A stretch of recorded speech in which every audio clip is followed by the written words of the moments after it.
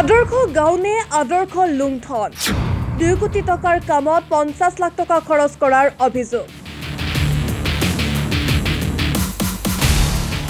বিলাকীপাৰাৰ হগুনমাৰী পঞ্চায়তত সংঘটিত হৈছে এই ভয়ংকৰ লুণ্ঠন ৰাজ নায়েৰ আলকা উন্নয়ন খণ্ডৰ ভিডিঅ' আশৰাফ আলী মোল্লা আৰু অভিযন্তা জিআৰএছে মিলি হজম কৰিছে নেকি কোটি কোটি টকা হগুনমাৰী গাঁও পঞ্চায়তৰ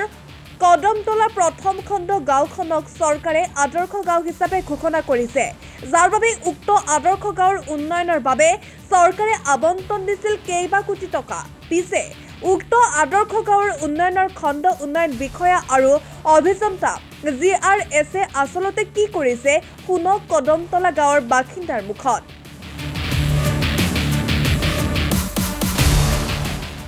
প্ৰাপ্ত অভিযোগ মতে পঞ্চায়তখনত আবণ্টিত কোনো এটা চৰকাৰী কামত প্ৰাককলন মতে সমাপ্ত হোৱা নাই চৰকাৰী কাম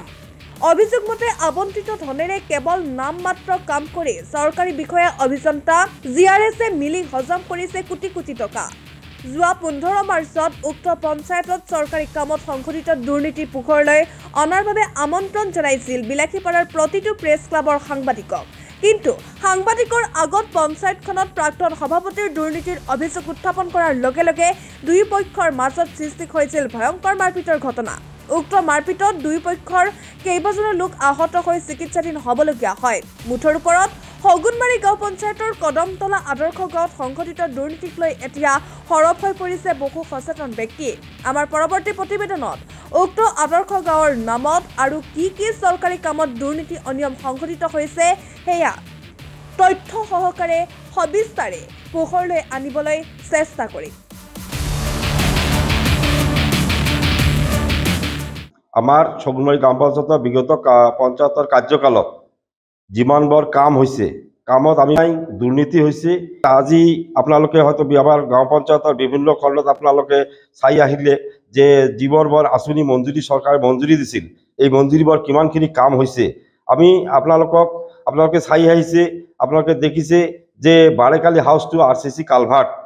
তাতে 27 লাখ টকাৰ মঞ্জুৰি দিয়া আছে কিন্তু 1 টকাৰ কামো হোৱা নাই ইফালে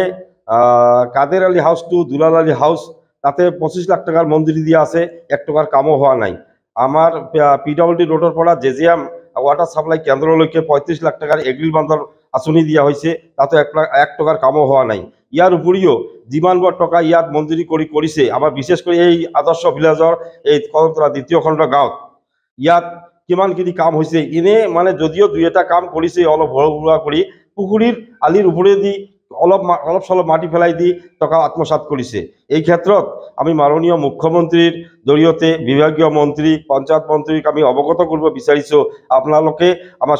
নায়েৰ গাঁও ব্লকৰ অন্তৰ্গত হগুনমাৰী গাঁও পঞ্চায়তৰ কামৰ খতিয়ানখিনি অলপ দৃষ্টি ৰাখক বা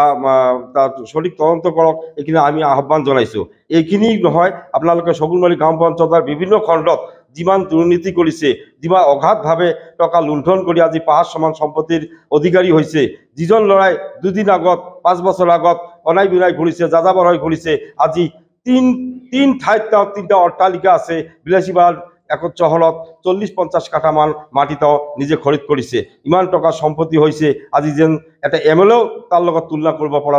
নোহোৱা হৈছে গতিকে আমি অনুৰোধ ইয়াৰ জৰিয়তে আমি বিভাগীয় মন্ত্ৰীক অনুৰোধ জনাইছো এই আমাৰ হগুনমাৰী গাঁও পঞ্চায়ত ইমান টকা পইচা যে লুট কৰি আজি 5 সমান সম্পত্তিৰ অধিকাৰী গৰাকী হৈছে ইয়াত কোনো ৰাজনৈতিক ছত্ৰছায়াত ইমান লুটপাট কৰিব পাৰিছে ইয়াত আমাৰ সেই সময়ৰ খণ্ড উন্নয়ন বিষয়া আশৰাফ আলী মোল্লা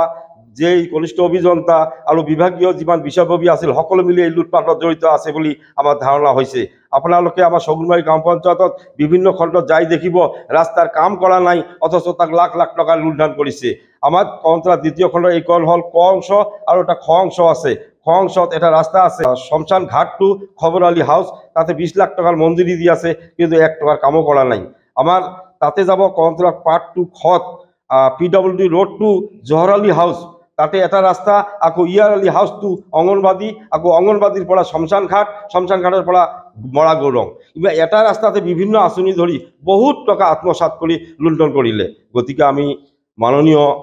বিভাগীয় মন্ত্ৰী পঞ্চায়ত মন্ত্ৰীক আমি অনুৰোধ জনাইছো ইমান দুৰ্নীতি হৈছে আপোনালোকে আমাৰ মাননীয় অসমৰ মুখ্যমন্ত্ৰী যি সময়ত অসমখনক এখন উন্নত শিখৰ ল'ব বিচাৰিছিল সেই সময়ত ইমান দুৰ্নীতি হৈছে এই দুৰ্নীতিৰ সঠিক তদন্ত কৰাৰ বাবে আমি মাননীয় মুখ্যমন্ত্ৰীক অনুৰোধ জনাইছোঁ ইয়াতে আমাৰ প্ৰায় আমাৰ এই পঞ্চায়ত দ্বিতীয় খণ্ডকত প্ৰায় 10 কোটি টকাৰ মঞ্জুৰি দিছিল কিন্তু 10 কোটি টকাৰ ভিতৰত 1 কোটি টকাৰ কামো হোৱা নাই আতৱাৰ হুছেইন বিলাসীপাৰাৰ পৰা আলী আজাদ ইছলামৰ ৰিপৰ্ট ৰিপাব্লিকেনি।